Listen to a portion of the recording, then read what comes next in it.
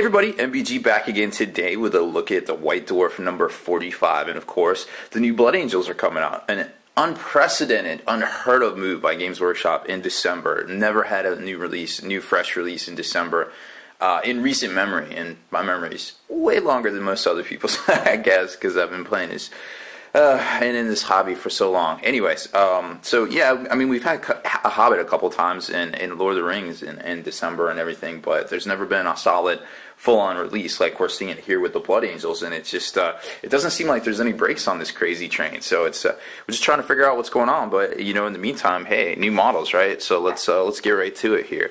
So in the table of contents for White Dwarf issue number 45, of course, we can see the new Sanguinary Guard or Sanguinary Priest model here, which looks quite fantastic. Of course, it's on a 32mm base, along with his contemporaries, the Tactical Squad, in the background there as well. Now, in this release, actually some pretty cool stuff. There's a very good paint splatter article, a very good sprues and glue article.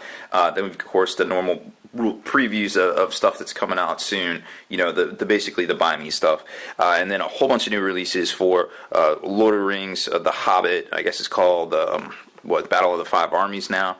And then we get into the actual Codex releases, data cards, the kits themselves, and things like that, and a couple of special hobby offerings as well. So pretty cool stuff. Obviously, we've seen a lot of spoiled pictures of this right here, the new Blood Angels Tactical Squad, which is kind of bananas. I mean, it comes with so much stuff, so many special weapons, one of each special weapon, 2 heavy weapons, you get a plasma cannon, you get a heavy bolter. There's also a combi weapon that is similar to how Forge World does theirs, where you can actually have the 4 different components and glue it onto the bolter to make whichever combi weapon you want, and which is quite spectacular, to be honest. I mean, if you play Blood Angels, even if you play Marines, I mean, you can make a successor chapter or something. There's so much stuff in here. I mean, you got combis, you got grabs, you got grab pistols. It's just so much stuff. It's just mind-blown overload here. Here you can see the better picture of the combi, which a lot of people didn't pick up on at first because it's so hard to see. It kind of looks like a plasma right there, but that's actually the combi, and they show it to us in this issue a little bit later. So let's keep going here. New product offerings, the holy grail of bits right there. If this is any good in game, this bit right here is going to go for so much money. Oh my gosh, because everybody's going to be retrofitting their priests. Because you can't actually find this unless you saw Corbu's arm off, I guess. A very nice miniature, $30 retail. Not exactly sure if it's worth the money, of course. Probably none of this stuff is worth the money if you look at it that way. But fantastic miniature, excellent sculpt. I'm really curious to see how it comes together, you know, in the clan pack. Then we get the data cards for the Blood Angels. It looks like they're getting a few powers there instead of the stupid D3 deal. You know, the 3 powers in the Primus. Looks like they're getting the full-on 6 and a Primus. A couple of them are Warp Charge 2 here. Of course, a Quickening on the top, and then a couple other Warp Charge 1s as well. And then you get the Tactical Objective pack. Blood Angels dice. I'm not sure why they do that. Why do they put it on the 1? I mean, I would be so mad if I saw that, and I want to see that. Then, of course, everybody's favorite big baddie, Smog, the new crazy big resin dragon. I don't know exactly how crazy big, or even how big that base is, but I mean, it's a fantastic sculpt. I mean, just look at the gold piles. That's bananas. We've never seen anything like that. I mean, computers have come such a long ways. Now, I think this picture looks a little wonky because his neck's kind of curved out here, you know, kind of coming towards the camera. But then once you see some of the other pictures in here, it kind of, you know, becomes a little bit more clear how nice of a sculpt that really is. Then, of course, we got some more Hobbit releases, some more stuff, you know, for the Lake Town Militia. And then, of course, Bard the Bowman, you know, poised to take on the big bad dragon himself with the Black Arrow. A couple new things, re-release of The Heart of Rage, which is a really good audiobook. A friend of mine gave me one of those for free when it was limited edition back in the day, but now it's re-released once again. I don't know if anything's truly limited edition with Games Workshop sometimes. And then we've got the big money shot everybody's been talking about, of course, the Blood Angels Codex right there. And let's kind of zoom in and get a better shot on that, because there's just some spectacular artwork here by Raymond Swallen. Oh, I guess we can't get in there too close. But there it is right there. Some spectacular artwork. I mean, just, wow, that Codex. Something about that cover, man. I don't know. It's just one of the better covers I've seen in a long time. And widely talked about Codex Adeptus Astartes. What happened to Space Marines? Did GW kill Space Marines? Or is there no more Space Marines because they can't trademark it? I don't know. I don't know if I get my hands on the Codex, but that's very auspicious that they put a Codex Adeptus Astartes right there. And I don't know. Space Marines may have bit the dust there, and maybe only down the Halo and they're Space Marines. Who knows? I don't know. But so sad. So sad of a world we live in sometimes, I guess. But the good news is we do get a new Codex book, and hey, why not? Love it. Sanguinary Guardian Edition, I'm sure will sell out in no time. Rules of Engagement is just some alternate ideas for playing campaign games and different modes of play, basically, for 40K. And then it gets into a little fluff on the Blood Angels themselves. So I'm not going to get into that too much, but they talk about the Flesh Tears and the Angels in Carmine and some stuff like that. Sprues and Glue, great article on how to convert all sorts of crazy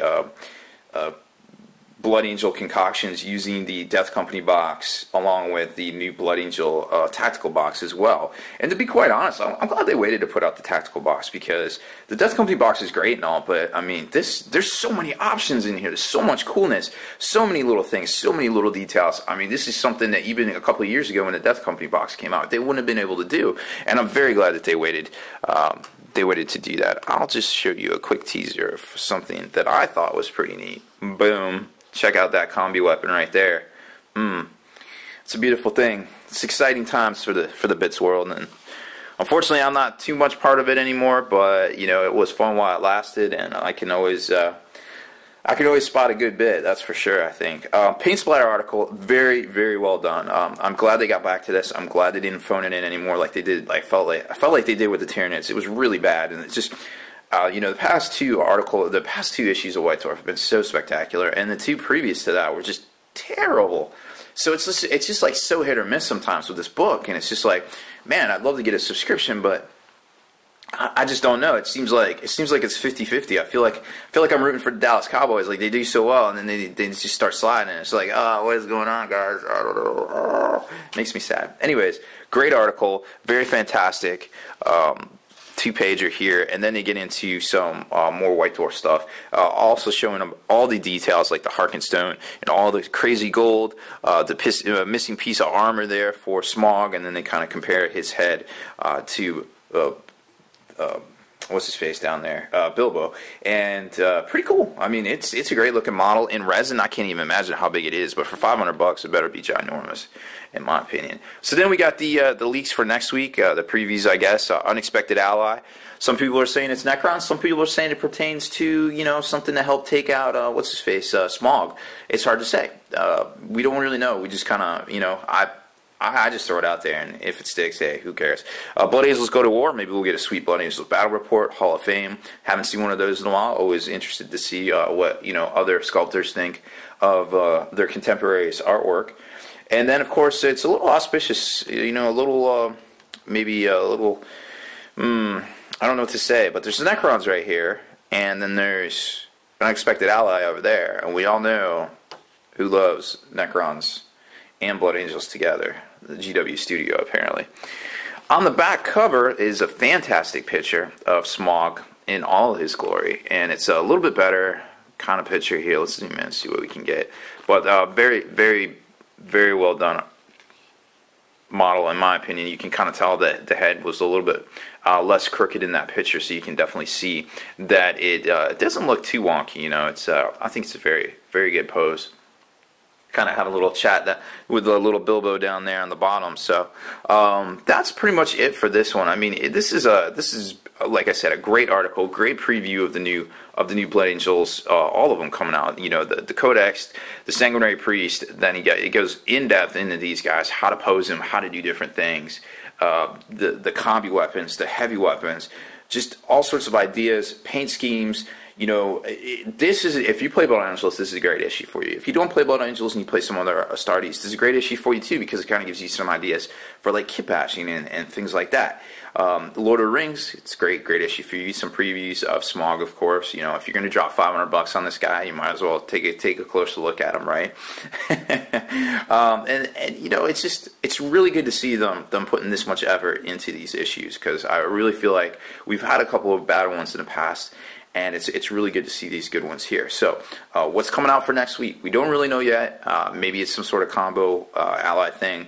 Maybe it's nothing. Maybe it's just, hey, Christmas is right around the corner. By the time the next issue, we'll be previewing the week before Christmas's items.